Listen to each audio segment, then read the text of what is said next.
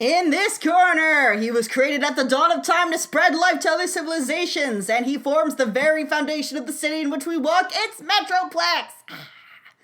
In that corner, we have a super weapon made by the Decepticons who runs on 50 energon cubes per hour. It's Tripticon! Now fight! Fight! Hello, this is John Cuber 9600, and I'm sorry it took me so long to get to the reaction to this episode. I had a very busy week. There was this major holiday that got in the way. You may have heard of it. Regardless, we are finally here to watch the third episode of Transformers Titans Return. The fight begins. I hope the fight actually begins, and it's like not like the fight begins, but we spend the episode like putzing around and doing nothing. That's kind of the level of storytelling we've come to expect from Michelle. Never mind, let's get going. Fight! Please? Are we not playing?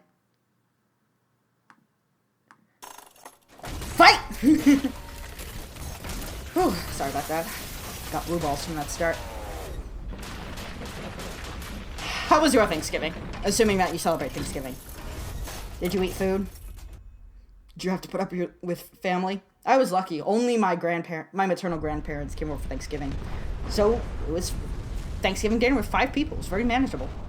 Plus, they're great cooks. They're great cooks. Wow.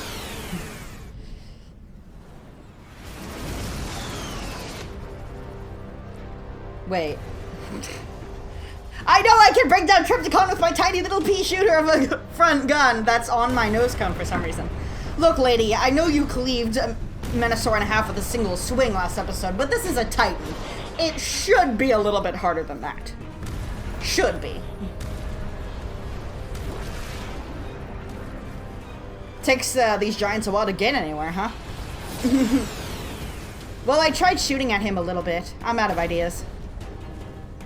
Yeah, I'm not sure what she was trying to accomplish there. Doesn't look good. Tripticon seems to be at full strength. I could tell by... To do this. Pew, pew, pew, pew, pew. I must. We already had this discussion. I will protect Cybertrovian life, as is my duty. You don't have to prove anything. You're too beat up. The people in the buildings of the silos are checking their watches. I wonder if they're actually going to reach each other in this episode. Might take a while. Here we go. Oh. Da-na-na-na-na. Wah, wah, wah. No, don't do the thing. We walk around in circles. There's a public park there. Ah! Boomer! Hey, guys, could you maybe not throw down in the middle of a busy metropolis? Oh, Metroplex is supposed to be the metropolis, but we kind of threw that out the window. Grr! Roar! But Gamera is friend to children! And everybody in that city is just dead. Yep, dead. Dead.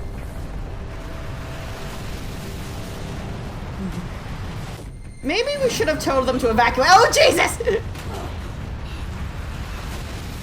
Basilica! It's going to fall! The Basilica where the Matrix is? I'll put my faith in structural dynamics. This building is going over. It's heavier at the top than it is at the bottom. We are sitting in a ticking time bomb of destruction here. It appears our faith has been rewarded. Your faith, at least.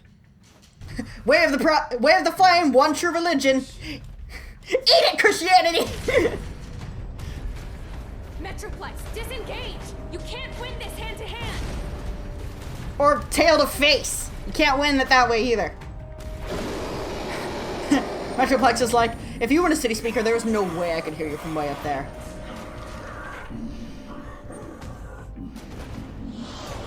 Is he okay? Scream? Is that Starscream? I love how she hears garbled, barely incoherent screaming, and she's like, Starscream! And she's right, too! That makes it even better.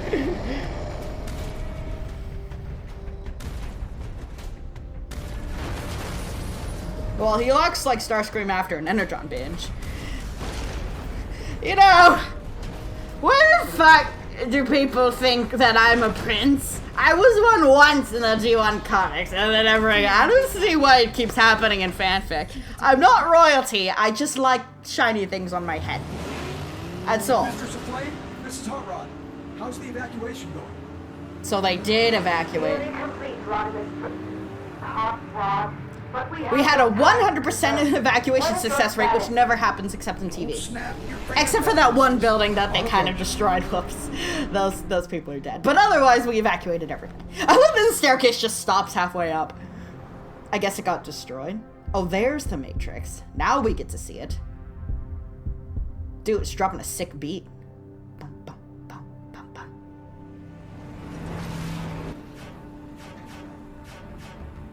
Oh, it's calling Optimus. What? It's like calling it with Morse code? Like, what is that shit?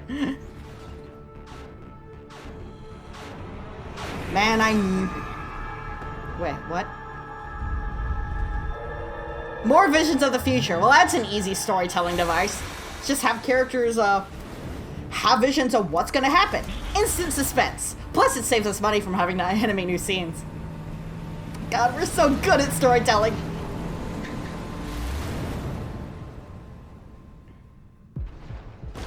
So, the Matrix is made up of the wisdom of all the past leaders who came before Optimus. Why the hell can it see the future? Like, even by the show's own logic, I don't get why that happened. Victorion, Computron, do you read us? Have you and the other combiners located Fortress Maximus? Victorion! They're all in line at Burger King, behind Optimus. Remember back in 2007 where Optimus was in a Burger King ad? Impossible to know, mistress. It could be any one thing or everything. Huh? It is time to Like activate Schrodinger? the primal basilica's I'm defense everywhere system. and nowhere. I'll go immediately. If you need me, I'll be in the prayer chamber. By the prayer chamber, she means the bathroom. Ah! Here to survive. Squeeze out that holy turd!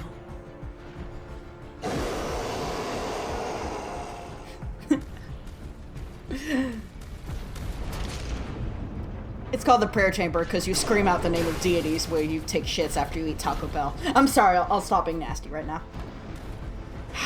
Machinima deserves better than bathroom humor. Shockingly. Boy, this is the fight. It's pretty lame sauce. Come on! Mind a little company. Use the chair! From you? Yes. Go away. Don't try to hide that it's Megatron. We know that it's Megatron. Yeah, see, it's I'll take Megatron. that as a yes. You know, I've always wanted to ask you. Are you still mad at me for killing you? This battle is not like the ones you and I have all. Megatron, I missed you. Kidding. I'm so glad you're here. Please help us get through this. Anyway, you're always so dramatic. God, I hate Sure everything about you. You want to get a beer something, sometime? and this will all work itself out somehow. Like it I'm always serious. does. Of course you are. You're always serious. That's... But now you've got me curious. I can't even What riff on him. else He's so is good. bothering the great Optimus Prime? Aside from the obvious, that is. I mean, I don't think I This need anything more is to bother the me. beginning of the end.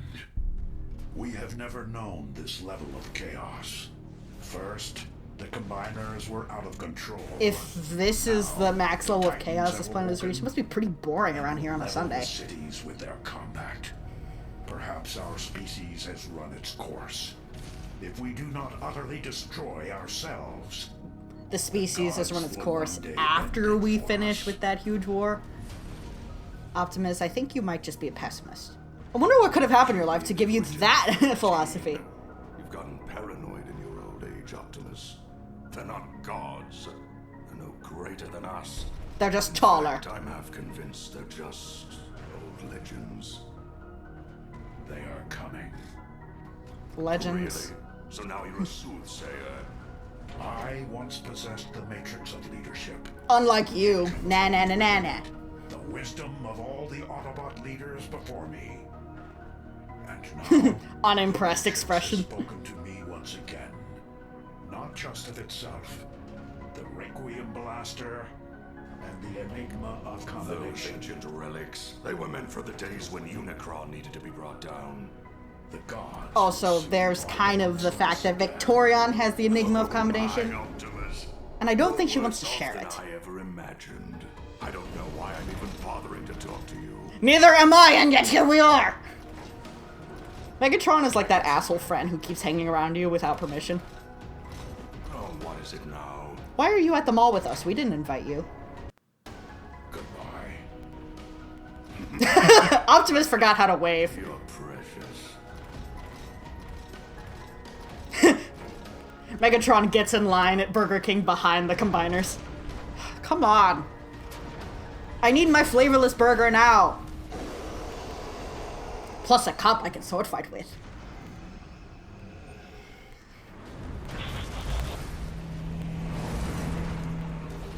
Dude, I gotta get a closer seat.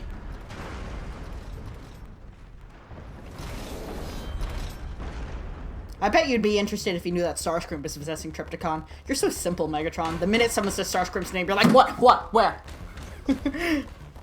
Literally, in the last series, they only got Megatron's help at all when they mentioned that Starscream was involved.